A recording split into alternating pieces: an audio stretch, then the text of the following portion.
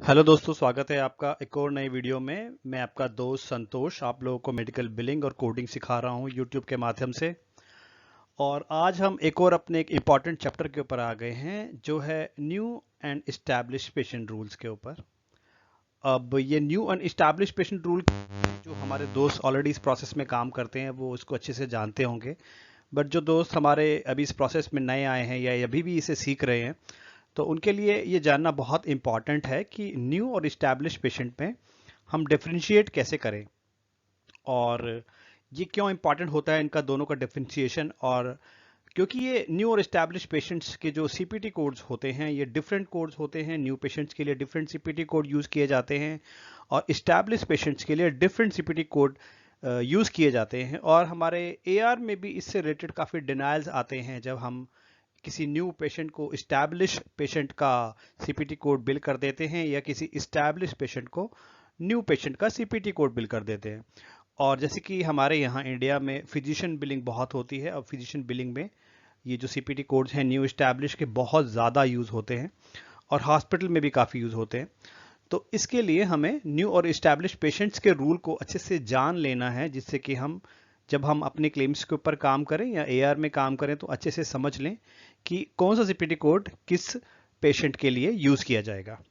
तो देखने में ऐसा लगता है कि ये कोडिंग का चैप्टर है, बट ये एक्चुअली बिलिंग का चैप्टर है, क्योंकि ये जो ऑफिस विजिट्स के सीपीटी कोड्स होते हैं या हॉस्पिटल के होते हैं, ये बिलर्स को इजीली सुपर बिल पर मार्किंग होके मिल जाते हैं। तो उन्हें कुछ ज़्यादा कोड करना नहीं होता है, बट उनको ये पता होना चाहिए कि हमारे सिस्टम में जो हम क्लेम बिल कर रहे हैं वो न्यू के लिए कर रहे हैं या इस्टेब्लिश के लिए कर रहे हैं। तो चीज़ों को सिंपल करने के लिए हम इस वीडियो को स्टार्ट करते हैं। अगर आपने चैनल अभी तक ये सब्सक्राइब नहीं किया है या अभी तक आप इस चैनल पे नए आए हैं अभी, तो उसको जल्दी से सब्सक्राइब कर लीजिए, क्योंकि आपको बहुत ही इंफॉर्मेटिव वीडियोस मैं इस वीडियो में इस चैनल पे डालने वाला हूँ आप लोगों के लिए, जिससे आपको काफ़ी हेल्प मिलने वाली है आगे। तो चलिए स्टार्ट करते हैं। New and establish patient. पहले न्यू पेशेंट क्या होता है इसके बारे में जान लेते हैं। A patient who is receiving professional services from the physician or the provider for the first time or after a gap of 3 years will be called a new patient. एक पेशेंट अगर किसी फिजिशियन के पास आ रहा है या किसी health care provider के पास आ रहा है जो भी उसको सर्विसेज देगा, और अगर वह पेशेंट उसके पास पहली बार आ रहा है, मतलब इससे पहले कभी आया ही नहीं है, फर्स्ट टाइम डॉक्टर के पास आ रहा है और कोई पेशेंट का रिकॉर्ड नहीं है डॉक्टर के पास, तो वह पेशेंट ऑब्वियसली है कि न्यू पेशेंट माना जाएगा उस डॉक्टर के लिए। तो उस न्यू पेशेंट की अब्रीविएशन या डेफिनेशन बिल्कुल सिंपल है कि अगर वो पेशेंट डॉक्टर के पास पहली बार आ रहा है तो वह न्यू पेशेंट कहलाएगा, या फिर वो उस डॉक्टर के पास आता था बट 3 साल के गैप के बाद अब आ रहा है। तो जैसे ही 3 साल उसके अगर गैप हो जाता है, जो भी लास्ट टाइम उसे देखा था डॉक्टर ने, तो वह पेशेंट दोबारा से उस डॉक्टर के लिए न्यू हो जाएगा और न्यू पेशेंट के जो सीपीडी कोड होते हैं वो बिल किए जाएंगे उस पेशेंट के लिए। अब एक एग्जांपल के माध्यम से आपको समझाता हूं कि आज जैसे कि 24 सितंबर 2021 है और आज एक पेशेंट गया है डॉक्टर के पास, चाहे पहली बार गया है चाहे वो इस बार एक इस्टेब्लिश पेशेंट की तरह गया है।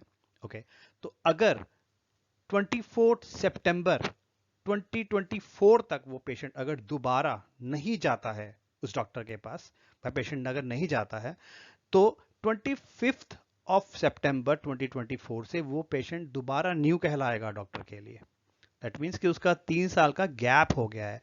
लेकिन अगर वह बीच में आता रहता है तो वह पेशेंट एस्टैब्लिश कहलाएगा। एस्टैब्लिश की डेफिनेशन थोड़ी सिंपल मैं आपको बता देता हूं। Established patient. An established patient is one who has received professional services from the physician or the provider in the last 3 years. That means कि अगर वो पेशेंट रेगुलरली उस डॉक्टर के पास आ रहा है विद इन द 3 years, कोई भी gap नहीं किया है, तो वह इस्टेब्लिश पेशेंट काउंट किया जाएगा और इस्टेब्लिश सीपीटी कोड जो होते हैं वह उस पेशेंट के बिल किए जाएंगे। तो इन दोनों में बेसिक डिफरेंस यही है, 3 साल का गैप नहीं होना चाहिए। 3 साल का अगर गैप है तो वह नया हो जाएगा, पहली बार आ रहा है तो नया हो जाएगा, अगर रेगुलर आ रहा है तो वह इस्टेब्लिश पेशेंट हो जाएगा। और हम ये चैप्टर पे डिस्कशन इसीलिए कर रहे हैं क्योंकि न्यू पेशेंट्स के सीपीटी कोड्स डिफरेंट होते हैं और इस्टैब्लिश पेशेंट्स के सीपीटी कोड डिफरेंट होते हैं। और ये कौन से सीपीटी कोड होते हैं ये मैं आपको आने वाले चैप्टर में या इसके नेक्स्ट चैप्टर में ही आपको डिटेल में समझाऊंगा। ओके, इतना सिंपल नहीं है ये, इसमें एक ट्रिक भी है, मैं आपको बता देता हूँ वो क्या, एक स्पेशल पॉइंट है जो हमें ध्यान रखना है, जो इसके बीच में बहुत ही इंपॉर्टेंट है। ओके, तो वह इंपॉर्टेंट पॉइंट क्या है हम उसको डिस्कस कर लेते हैं, जैसे कि हमसे कोई भी मिस्टेक ना हो जाए। Patient often comes in a group of doctors और hospital, then the classification may change. That mean कि जो पेशेंट्स होते हैं वो अपने रिपीटेटिव प्रॉब्लम्स के लिए एक पर्टिकुलर क्लिनिक में या हॉस्पिटल में बार बार आते रहते हैं। तो वह डिफरेंट डिफरेंट डॉक्टर से भी मिलते होंगे, हो सकता है कि उन डॉक्टर्स को वो सेम प्रॉब्लम के लिए मिले या डिफरेंट प्रॉब्लम के लिए मिले, उन डॉक्टर्स की स्पेशलिटी सेम हो या डिफरेंट हो। तो इस बेसिस पर हमारे पेशेंट की क्लासिफिकेशन न्यू और इस्टेब्लिश से चेंज हो सकती है। तो ये पॉइंट्स हमको बहुत ध्यान देना है क्योंकि इन पॉइंट्स की वजह से काफ़ी हमारे डिनाइल्स आते हैं यार में। तो हम अगर इसके बारे में अच्छे से जान लेंगे तो हम अपने डिनाइल्स को सॉल्व कर सकते हैं इजीली। वो क्लासिफिकेशन क्या है? If a patient is seen in the same group and same specialty doctor, then the patient will be considered as established. Means कि अगर एक पेशेंट एक क्लिनिक में या एक हॉस्पिटल में एक ही बीमारी को लेकर एक ही स्पेशलिटी डॉक्टर को बार बार दिखा रहा है तो वह पेशेंट इस्टेब्लिश कहलाएगा। इवन अगर डॉक्टर चेंज भी हो जाता है, मीन्स कि वो डॉक्टर अवेलेबल नहीं है, किसी दूसरे डॉक्टर ने उससे सेम स्पेशलिटी जिसकी है उसे देखा है, तब भी वह उस डॉक्टर के लिए इस्टेब्लिश ही कहलाएगा क्योंकि जो उसकी ट्रीटमेंट है या उसकी बीमारी है वो इस्टेब्लिश हो चुकी है। तो डॉक्टर चेंज होने से हमारी वो जो क्लासिफिकेशन है वो चेंज नहीं हो जाएगी, स्पेशलिटी अगर सेम है। फॉर द एग्जाम्पल बताता हूँ कि एक पेशेंट है जिसे कि बोन रिलेटेड प्रॉब्लम है और वो एक ऑर्थोपेडिक डॉक्टर को दिखा रहा है पिछले 3 महीने से। जब वो 4th मंथ जाता है तो उसे पता चलता है कि वो डॉक्टर अब उस हॉस्पिटल के साथ एसोसिएटेड नहीं है, उसने अब वो कहीं और प्रैक्टिस कर रहा है, बट उस हॉस्पिटल ने या उस क्लिनिक ने एक नए ऑर्थोपेडिक डॉक्टर को अपने यहाँ पे हायर कर लिया है जिसकी हम बिलिंग करने वाले हैं। तो हमारे उस डॉक्टर के लिए वह पेशेंट इस्टेब्लिश ही रहेगा। हम ये नहीं कह सकते क्योंकि हमारे पास उस पेशेंट का कोई रिकॉर्ड नहीं है सिस्टम में, क्योंकि हम हो सकता है कि हम अपने उस डॉक्टर के लिए पहली बार उसका अपने सिस्टम में रिकॉर्ड बना रहे हो, बट क्योंकि वह उस हॉस्पिटल के लिए या उस ग्रुप के लिए वो ऑलरेडी यहाँ पे आता था, किसी और डॉक्टर के द्वारा देखते थे, उस डॉक्टर की स्पेशलिटी भी सेम थी, ठीक है, तो ये पेशेंट हमारा इस्टेब्लिश ही रहेगा हमारे लिए भी, चाहे हमारा डॉक्टर उसे पहली बार देख रहा है। और इसके विपरीत, if a patient is seen in the same group but different speciality doctor, then for that doctor the patient will consider as new. It means कि अगर पेशेंट आया है लेकिन इस बार जो आया है वो किसी दूसरी बीमारी के लिए आया है और किसी डिफरेंट स्पेशलिस्ट के लिए, स्पेशलिटी के लिए देखा जा रहा है, मीन्स कि ऊपर वाला पेशेंट ही, वो पहले बोन के लिए आया था, उसका ट्रीटमेंट हो सकता है कि उसको उसी बीच उसको आप कह सकते हैं कोई और ट्रीटमेंट के लिए भी उसको जरूरत पड़ गई कि उसको लंग्स में कुछ प्रॉब्लम हो गई, तो उसको अब कोई ऐसे स्पेशलिस्ट को डॉक्टर को दिखाना है जो कि रेस्पिरेटरी का स्पेशलिस्ट हो। तो हो सकता है कि अब हमें वो नए डॉक्टर को ढूंढेगा कि हमें नए डॉक्टर मुझे चाहिए जो मेरे रेस्पिरेटरी प्रॉब्लम को सॉल्व कर सके। ऑर्थोपेडिक डॉक्टर है, ऑब्वियस वो नहीं कर पाएगा। तो जब उसको रेस्पिरेटरी का डॉक्टर जो होगा उसे देखेगा उस पेशेंट को, तो उस डॉक्टर के लिए वो पेशेंट फिर से न्यू हो जाएगा, बिकॉज उसका पूरा असेसमेंट उस डॉक्टर को दोबारा करना होगा।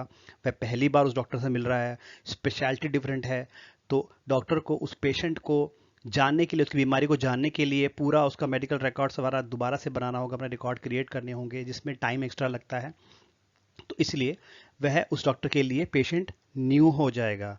और न्यू और इस्टेब्लिश पेशेंट में एक बेसिक डिफरेंस इसलिए रखा गया है क्योंकि जो सीपीटी कोड के फी होते हैं, न्यू पेशेंट के मैं ये मानता हूँ कि थोड़े ज़्यादा फीस डॉक्टर को कलेक्ट होते हैं क्योंकि उनमें ज़्यादा चीज़ें देखनी पड़ती है, ज़्यादा इंटरेक्शन होता है डॉक्टर और पेशेंट के बीच में। इस्टेब्लिश पेशेंट में सब कुछ ऑलरेडी डिक्लेयर होता है, पेशेंट डॉक्टर का ऑलरेडी क्या कहते हैं रिलेशनशिप बना हुआ होता है और उनके रिकॉर्ड भी बने हुए होते हैं। केवल हमने बस असेसमेंट करना होता है कि प्रोग्रेस कैसी चल रही है उस ट्रीटमेंट को लेकर, तो ज़्यादा टाइम भी नहीं लगता है उसमें।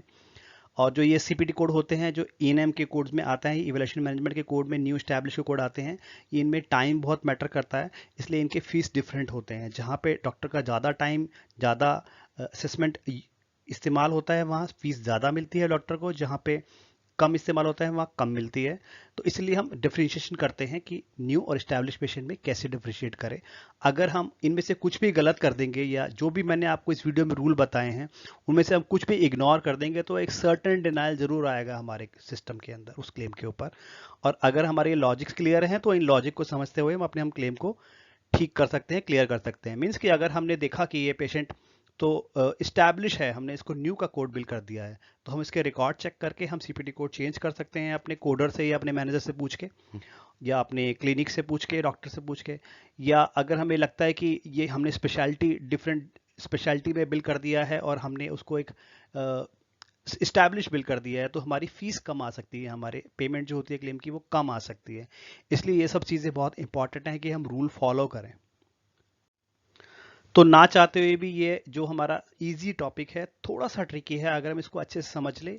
मैं अपने दोस्तों से रिक्वेस्ट करूंगा, ये थोड़ा ट्रिकी है, इस वीडियो को दोबारा देखें एक बार अगर आपको समझने में कुछ डाउट है, या आप मुझे कमेंट में क्वेश्चन करके बताएं कि आपको इसमें कुछ गैप रह गया या मैंने कुछ छोड़ दिया या आपको कहीं पे कंफ्यूजन हो रही है। तो मैं आपको हो सकता है मैं आपको कमेंट में इसका आंसर देके क्लियर कर सकूं आपके डाउट्स को। ओके दोस्तों, तो अब हम मिलेंगे अपने नेक्स्ट वीडियो में। नेक्स्ट वीडियो में मैं आपको बताऊंगा न्यू पेशेंट्स के लिए कौन से सीपीटी कोड यूज होते हैं ऑफिस में और इस्टेब्लिश पेशेंट के लिए कौन से यूज होते हैं। तो इनके बारे में बताऊंगा कि ये बहुत ज़्यादा यूज होते हैं अगर हम फिजिशियन बिलिंग करते हैं तो। ओके दोस्तों, तो मिलते हैं अब हमारे नेक्स्ट वीडियो में। Bye bye.